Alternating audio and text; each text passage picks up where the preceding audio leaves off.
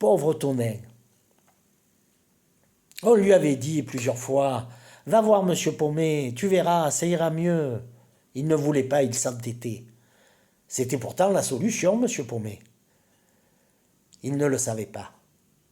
Il ne savait pas ce qui s'est passé dans sa tête, ou plutôt il le savait très bien. Il savait que c'était à cause de cette putain de terre qu'il était malade. C'était elle qui le rendait malade. Malade chaque fois, malade à s'en faire péter le citron, comme il disait. Tout était de sa faute, comme toujours.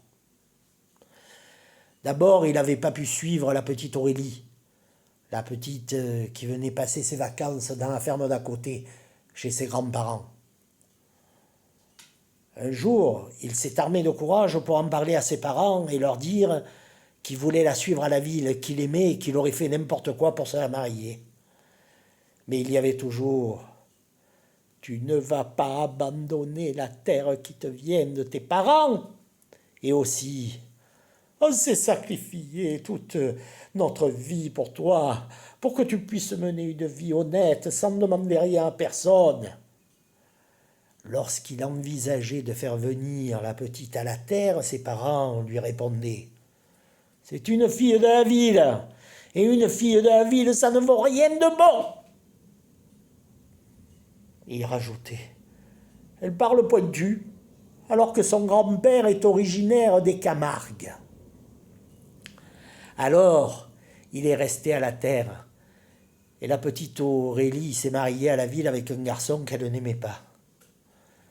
Les parents de Tonin sont morts, tous les deux, d'un seul coup, d'un accident de voiture, le jour du mariage d'Aurélie. Triste coïncidence.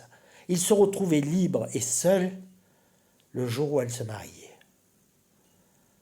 Alors, il est resté à la terre pour travailler cette terre qui lui restait de ses ancêtres. Il lui restait plus que ça, travailler, travailler, travailler pour oublier. Alors, il a oublié en regardant le soc de sa charrue s'enfoncer dans la terre. En taillant chaque année, au mois d'octobre, les ceps de vigne, en vendangeant durant le mois de septembre, dans la tiédeur de l'été finissant. Tout cela, l'air, le soleil, la campagne, les cuves, les tonneaux, les bouteilles, tout cela était devenu son univers et lui avait redonné le sourire et le rire d'ailleurs. Ah, il riait sans que l'on sache pourquoi, il riait de plus en plus, jusqu'au jour où il s'est arrêté net pour se mettre à pleurer et ne plus s'arrêter. Alors là, les copains sont venus pour lui dire « Va voir Monsieur Paumet, tu verras, ça ira mieux. » Alors un jour, il est allé voir Monsieur Paumet et il lui a raconté son histoire. Il a ouvert son cœur pour lui dire qu'il était attaché à cette terre, à cette putain de terre, qu'il était attaché par une force magique, tellurique, magnétique, que c'était plus fort que lui, que ça venait du fond de son être. Il parlait avec amour de cette terre et de ses vignes imprévisibles, selon les années, mais qui donnent toujours ce breuvage pourpre où la lumière traverse à cause de l'épaisseur. Il disait qu'il sentait son regard se perdre dans le flot de la bouteille qui remplissait son verre. Puis, n'y tenant plus, il prenait son verre et le dévorait comme un acte de possession, d'amour.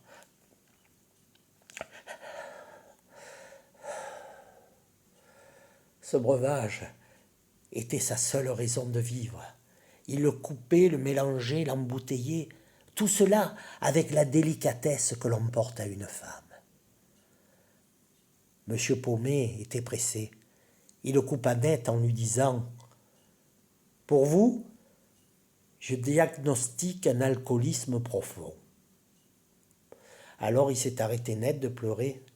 Les yeux dans le vague, il erra dans cette clinique d'alcooliques jusqu'au jour où il rencontra deux yeux dans le vague comme lui. C'était ceux d'Aurélie.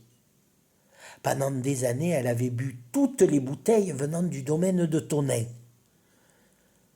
Son mari était mort, elle était soignée ici. Personne ne connaît la suite de cette histoire. Mais moi, je crois qu'ils se marièrent et qu'ils eurent beaucoup de petits vignerons.